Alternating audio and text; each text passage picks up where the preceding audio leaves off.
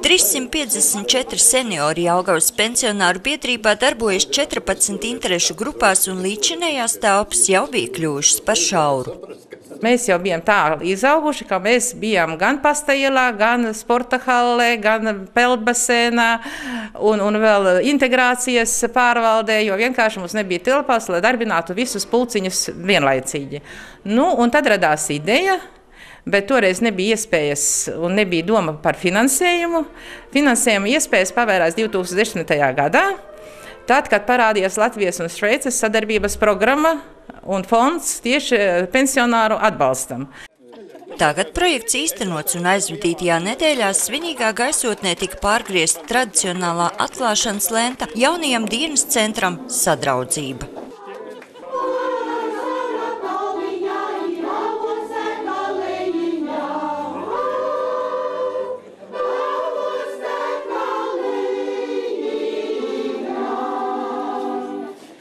Mūsu pensionāra aktivitāte ir ne tikai aktīva kā tāda, bet viņa arī ir radoši aktīva, jo nākošais gads izrādās Eiropā būs paudžu solidaritātes gads, un tas liecina, ka mūsu vienkārši dzīves nepieciešamība ir bijusi tāda, ka šī paudžu solidaritāte ir vajadzīga, un šeit būs tā vieta, kur šī solidaritāte arī varēs īstenoties dzīvē tādā tiešā un konkrētā veidā.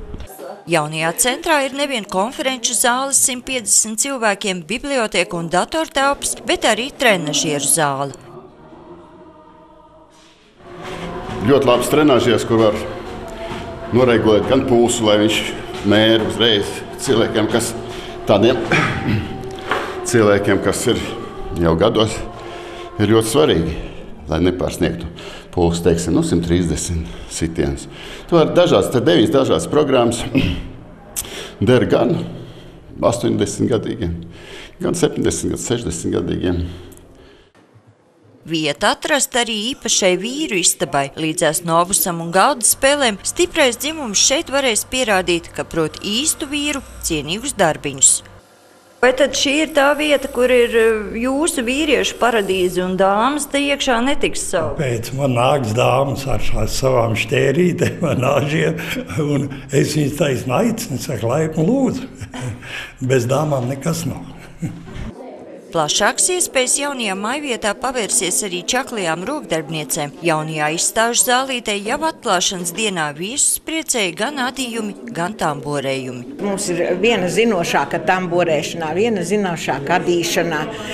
Tad mēs iemācījāmies no jauna tādu, mēs vienkāršā valodā runājot, sakam, grābekļu tamborēšanu. Redziet, kādas skaistas šalles var ar šī tehnikā darināt, vai ne? Un tad mēs mācījāmies taisīt ziediņus. Tā kā pensionāriem bieži ar tām dāvināšanām draugu un radu ir daudz un mazbērni ir daudz, un tad mēs mācījāmies, un lai būtu dāvanas, piemēram.